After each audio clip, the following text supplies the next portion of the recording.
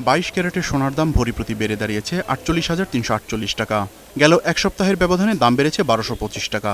দামের কারণে সোনার গয়না মধ্যবিত্তের নাগাল ছাড়িয়েছে আরও আগেই। আর সবশেষে এই দাম বাড়ায় বেচাকেনা আরও কমবে বলে মত দোকানীদের। সোনার বাজারে আপনার দাম যখনই বাড়বে তখনই বেচাকেনা কম হবে, কারণ আমাদের দেশের ইনকাম সোর্স এত বেশি না যে এত দাম দিয়ে সোনা কিনবো। ঈদ হিসাবে যে কেনা বেচা হওয়ার কথা, তার মানে কোয়ার্টারও আমাদের এখানে সেল হচ্ছে না, খুবই খারাপ অবস্থা।